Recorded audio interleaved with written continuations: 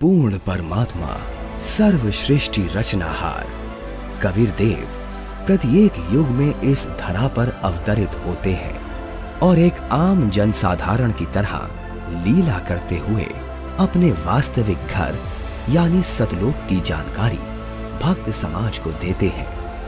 किंतु उस समय हर कोई परमेश्वर को नहीं पहचान पाता।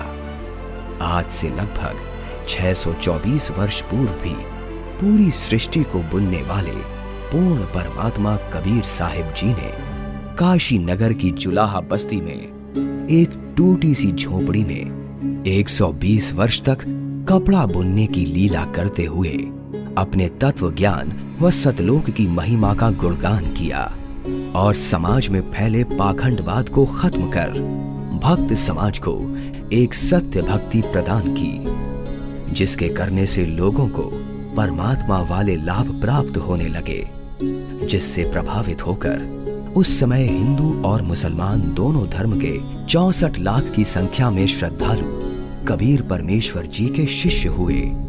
वहीं दूसरी तरफ कबीर परमेश्वर जी को एक आम भक्त, संत व गरीब जुलाहा समझ उस समय के मुल्ला, काजी, पंडित और ब्राह्मण कबीर साहिब जी की महिमा चारों तरफ फैलते हुए देख ईर्ष्यावश आए दिन उन पर जुल्म करने की असफल कोशिश करते ही रहते थे।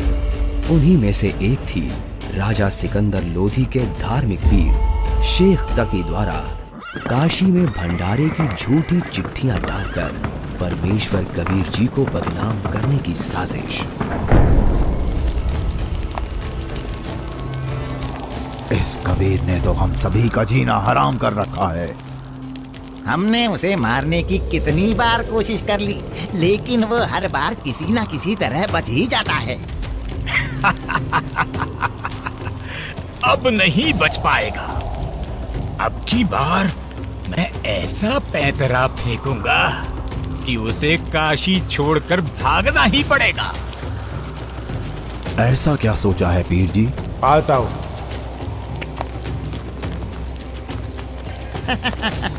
आपने भी क्या तरकीब सोची है? अब तो उस दुष्ट के लिए भारी मुसीबत आने वाली है। अगले ही दिन से एक पत्र भारतवर्ष के कोने कोने में सभी मठों, आश्रमों, मंदिरों में पहुंचने लगा।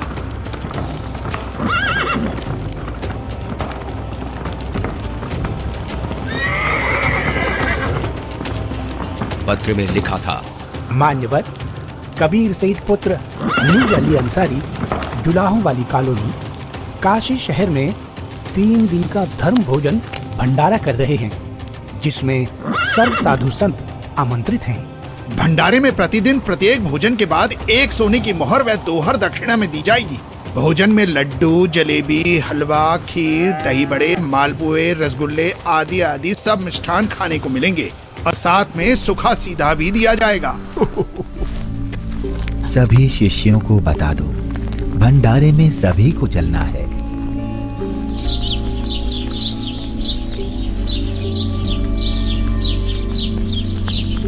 जगह जगह झूठी चिट्ठी के पहुंचते ही हर तरफ भंडारे की चर्चा होने लगी, जिसके बाद सोने की मोहर और दोहर के लालच में पूरे देश से लाखों की संख्या में लोग काशी में निश्चित दिन से पहले वाली रात्रि को ही पहुंचने लगे और देखते ही देखते पूरी काशी नगरी भंडारे में आए साधु संतों से भर जाती है। अरे भक्तों, आज इतनी भीड़ कैसे लगी है? तुम किस नींद में सोए हुए हो? तुम्हें पता नहीं, यहाँ काशी में कबीर नाम का सेठ 3 दिन का भंडारा कर रहे हैं, जिसमें प्रत्येक भोजन के साथ 1 सोने की मोहर व दोहर भी दी जाएगी। आपको कोई निमंत्रण पत्र मिला है? हाँ, ये देखो चिट्ठी। ये जरूर किसी की बदमाशी है। मुझे जल्दी से गुरुदेव को सब बताना चाहिए। गुरुदेव, गुरुदेव, गुरुदेव। क्या हुआ रविदास? गुरुदेव, आज तो अपनी काशी छुटेगी। उन दुष्टों ने तो हद कर दी। आपके नाम की झूठी चिट्ठी बंटवा रखी है कि कबीर सेठ पुत्र नीरू 3 दिवसीय भंडारा करेगा, जिसमें प्रत्येक भोजन के बाद खाने वाले को एक सोने की मोहर और एक दोहर भी दी जाएगी। अच्छा, और अब उस झूठी चिट्ठी को लेकर लाखों की तादाद में लोग भंडारे के लिए आए हुए हैं। रविदास, आज तो सारी सीमाएं पार कर दी हैं उन नादानों ने। मैं गरीब आदमी, मेरे पास तो अपने परिवार के लिए ही मुश्किल से अनाज होता है। इतने लोगों को मैं कहाँ से भोजन खिलाऊंगा? आप अंदर से दरवाजा बंद कर लो और कोई भी आए तो खोलना मत। जब कोई नहीं मिलेगा तो थक हार कर अपने आप वापस चले जाएंगे। गुरुदेव, ये नकली धर्म के ठेकेदार रोज आपके खिलाफ कुछ ना कुछ षड्यंत्र रचते ही रहते हैं। कोई बात नहीं रविदास, जैसे तैसे आज का दिन और निकाल लेते हैं। रात को निकल जाऊंगा मैं अपने परिवार को लेकर कहीं दूर। तंग आ चुका हूं मैं इनके इन रोज रोज के कारनामों से। मैं बोलता सच्चाई हूं और ये समझते उसको निंदा है। आ जाओ रविदास, बैठ जाओ।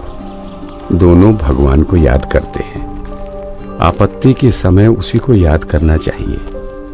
वही सबकी लाज रखते हैं, हमारी भी रखेंगे। जिसके बाद परमेश्वर कबीर जी अपने 2 रूप धारण कर एक रूप में तो रविदास जी के साथ झोपड़ी में विराजमान रहते हैं तथा दूसरे रूप में ऊपर सतलोक में पहुंच जाते हैं।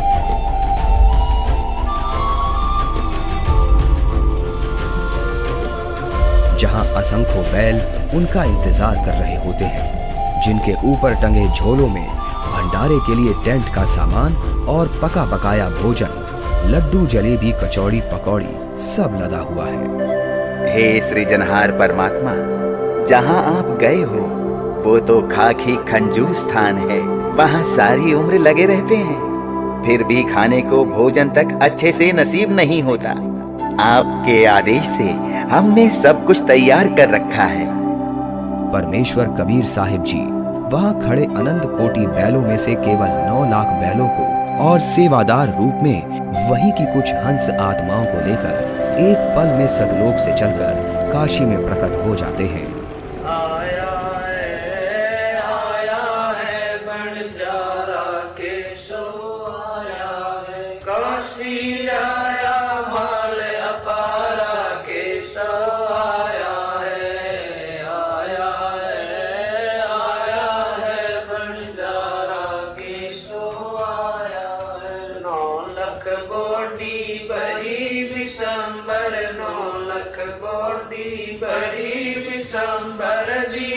कबीर भंडारा के सो आया है, आया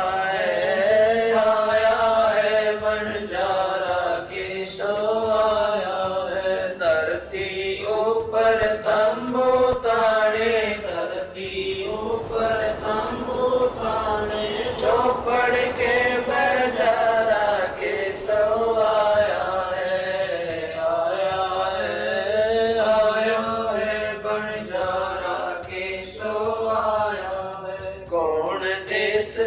बालद आई, कौन देश से बालद आई, ना कहीं बजाने वाला के सो आया है, आया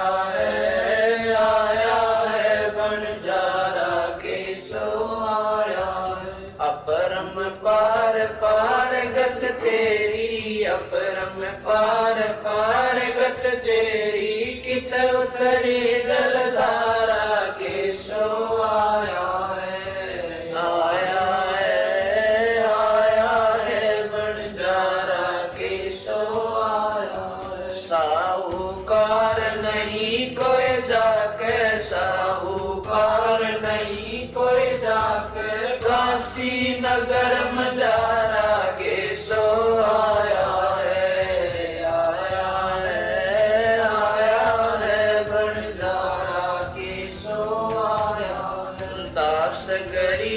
कलप से उतरे, दास गरीब कलप से उतरे, जिया पे अलख कर तारा के सो आया है, आया है बंजारा के सो आया है। दास गरीब कलप से उतरे, दास गरीब कलप से उतर दिया पे अलग करता राकेशो आया है, आया है, आया है, बंजारा केशो आया है।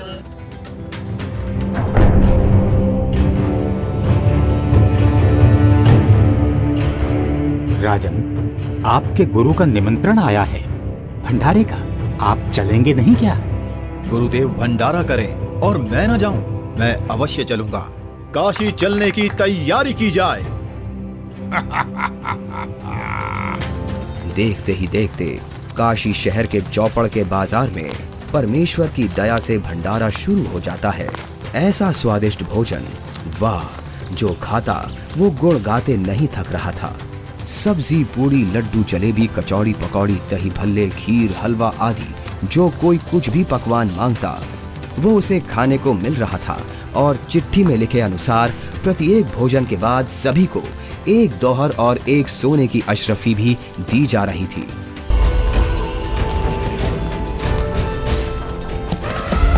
उधर से दिल्ली के बादशाह सिकंदर लोधी भी, जो परमेश्वर कबीर जी का शिष्य हो चुका था, अपने धार्मिक पीर शेख तकी के साथ भंडारे में पहुंच जाता है।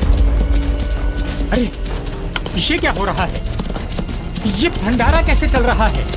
भंडारे में परमेश्वर कबीर साहिब जी की जय जयकार सुनकर जहां शेख तकी ने सोचा तो था कि कबीर अपनी झोपड़ी छोड़कर भाग गया होगा और लोग उसको गाली दे रहे होंगे, किंतु उसके विपरीत भंडारा चलते देख शेख तकी के तो तन बदन में आग लग गई। हे भक्तों, कबीर साहिब जी किधर हैं? कबीर साहिब जी का तो मालूम नहीं, किंतु उधर सफेद तंबू में एक व्यक्ति बैठा है, वही भंडारे की सारी व्यवस्था किए हुए है।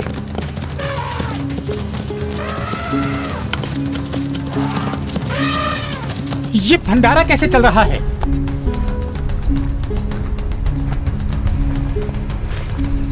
कौन हैं आप और कबीर जी से क्या नाता है आपका? मैं एक बंजारा हूँ और कबीर जी मेरे पगड़ी बदल मित्र हैं।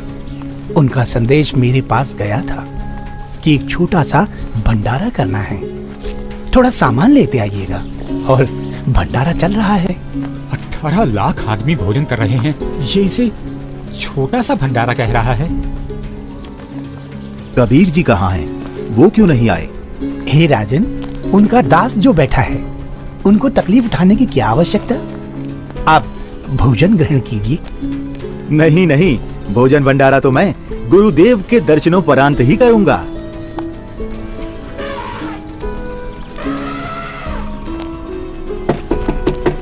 हे गुरुदेव, लगता है उन्होंने हमें यहाँ भी खोज लिया। भीड़ शायद घर पूछते पूछते यहाँ तक पहुँच गई है। कोई बात नहीं, आप दरवाजा मत खोलना, कुछ देर बाद अपने आप चले जाएंगे। दरवाजा खोलिए परवरदिगार, दिल्ली से आपका दास सिकंदर आया है। राजन, हम दरवाजा नहीं खोलेंगे। इन लोगों ने तो आज सभी हदें पार कर दी हैं। मेरे नाम से झूठी चिट्ठी डाल रखी है। मैं कैसे निकलूं बाहर? इस बनारस में कोई सेठ भी मेरा ऐसा जानकार नहीं है जो मुझे पैसे उधार दे दे। मैं तो बड़ी मुश्किल से ताना बुनकर अपने परिवार का पालन करता हूँ। इन लोगों ने मेरा जीना मुश्किल कर दिया है। बस आज रात होने का इंतजार है राजन। रात होते ही मैं अपने परिवार को लेकर कहीं दूर चला जाऊंगा। है परवरदिगार, आप मुझे नहीं बहका सकते। आप ही अल्लाह अकबर हो। आपने देखो वहाँ क्या रंग लगा रखे हैं। एक बार दरवाजा खोल दो दाता, दास आपके दर्शन करना चाहता है। खोल दो दरवाजा। राजा सिकंदर लोधी के आग्रह करने पर परमेश्वर कबीर जी जैसे ही भंडारे में चलने के लिए खड़े होते हैं, तभी उनके सर पर अपने आप ही हीरे पन्ने से जड़ा हुआ एक बहुत ही सुंदर मुकुट आ जाता है और कुटिया से बाहर निकलते ही उस परम पिता पर आसमान से फूलों की वर्षा होने लगती है। रविदास जी, आज ये सेवा मुझ दास को दे दीजिए। आप तो रोजाना करते हो।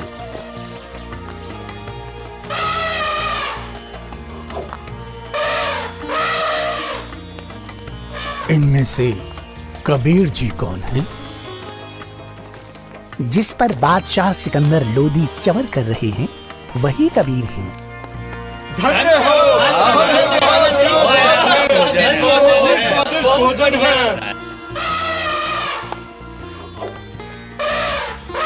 इसके बाद कबीर साहिब जी अपने ही दूसरे रूप केशव से मिलने के लिए उनके तंबू में आते हैं और जो ही परमेश्वर कबीर जी तंबू में प्रवेश करते हैं तो देखते ही देखते अपने आप उनके लिए एक सुंदर सिंहासन लगने लग जाता है, जिस पर चारों तरफ हीरे पन्ने मोती जड़े हैं। परमेश्वर कबीर साहिब जी आसन ग्रहण करते हैं।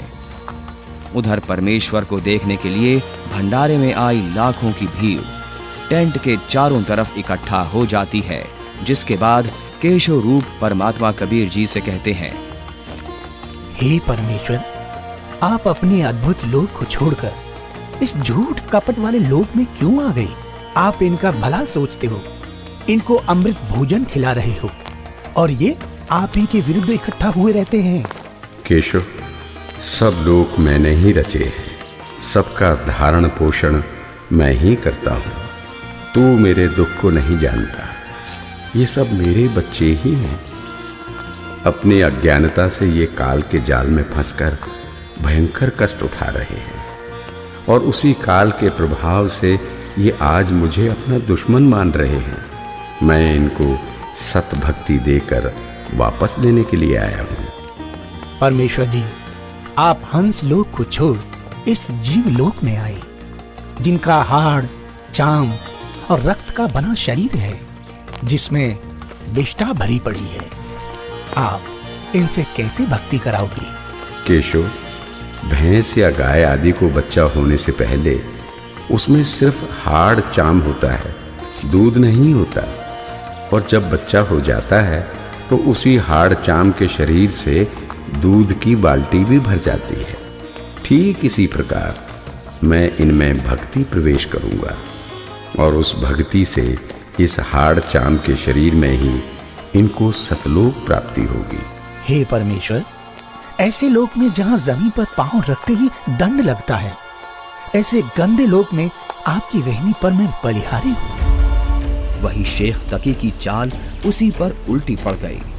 उसने लोगों को इकट्ठा तो इसलिए किया था कि कबीर किसी को भोजन करा नहीं पाएगा और लोग उसको गालियां देंगे, लेकिन कबीर जी ने उन इकट्ठा हुए लाखों भक्तों को 3 दिन तक मोहन भोजन भी खिलाया और सोने की मोहर व दोहर देकर सत्संग से उनका अज्ञान अंधेरा भी हटाया। फिर भी ये सब शेख तकी से देखा नहीं गया। उसके अंदर जलती ईर्ष्या की आग इतने महान समागम में भी कमी ही ढूंढ रही थी और इसी आग में शेख तकी मुंह बनाकर सिकंदर लोधी से कहने लगा, चलो राजन, इसने क्या भंडारा किया है? बहुत अच्छा सा किया है। ऐसे ऐसे तो हम 100 भंडारे कर देंगे। शेख तकी ने जब इतना कहा ही था कि बोलते बोलते उसका मुंह टेढ़ा का टेढ़ा ही रह गया और वो गूंगा बहरा भी हो गया। उसने कुल 52 बार कबीर साहिब जी पर जुल्म किए, परंतु ये उसके जीवन की आखिरी बकवाद थी जो उसने कबीर परमेश्वर जी के साथ की। 3 दिन तक समागम चला। तीसरे दिन सेवकों ने बचा हुआ सामान व टेंट आदि बैलों पर लाद दिया और चल पड़े।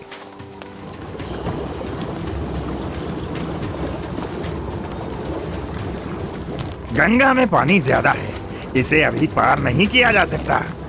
हाँ हाँ, अभी मत जाओ। बंजारे और बैल जैसे ही गंगा के किनारे पहुंचे तो गंगा का पानी एकदम कम हो जाता है और फिर सारे बैल निकल जाते हैं, जिसके बाद गंगा का पानी फिर से ओवरफ्लो होकर बहने लगता है, जिसे देख वहां खड़ी भीड़ आश्चर्यचकित रह जाती है। जाइए केशव, कहीं आपके बंजारे दूर ना निकल जाएं।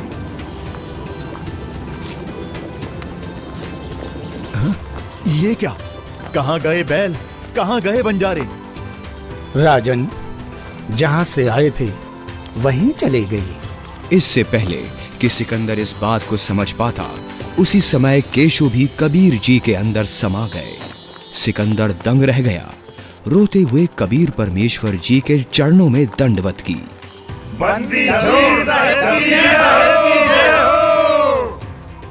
इस प्रकार परमेश्वर कबीर साहिब जी ने उन दुष्टों की इस साजिश को भी नाकाम करते हुए यह लीला की और भक्त समाज के सामने एक उदाहरण पेश किया कि चाहे कोई गरीब हो या अमीर, भगवान की भक्ति हर इंसान कर सकता है। जैसे मैंने कपड़ा बुनकर अपना व अपने परिवार का पेट पाला और भक्ति भी की, तो समय आने पर परमात्मा ने मेरी लाज भी रखी। उसी प्रकार आप भी मुझ पर यानी परमात्मा पर विश्वास करो और भक्ति करो। फिर देखना, जब कभी भी आपको मेरी आवश्यकता होगी तो मैं आगे खड़ा मिलूंगा।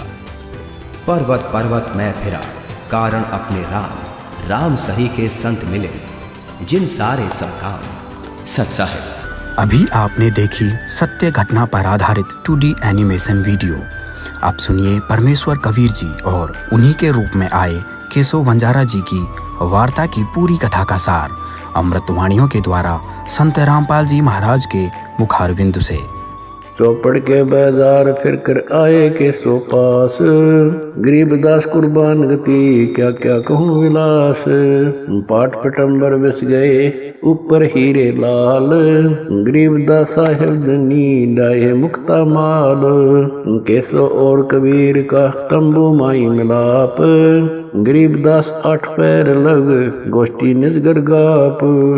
केसो कहत कबीर से पूछत बाता बीन, गरीबदास क्यों उतरे ऐसे मुल्क मलीन। 100 योजन पर लगत है या दुनिया की गंद, गरीबदास के सो कहे आड़ चाम का फंद। सुन कबीर सुर वेद हूँ के सो कष्ट करंत, गरीबदास गंदे मनुष्य मेला आन भरंत। बिष्टा जिन के देह में मगन फिरे दिन रात, गरीबदास के सो कहे जिन सिर यम की घात। सुन कबीर मन भावने तुम्हारी बात अगाध, गरीबदास के सो कहे तुमसे तुम ही साध। धन कबीर कुर्बान जा ऐसी रहरी तुम्हार, गरीबदास के सो कहे छोड़िए गंदा संसार।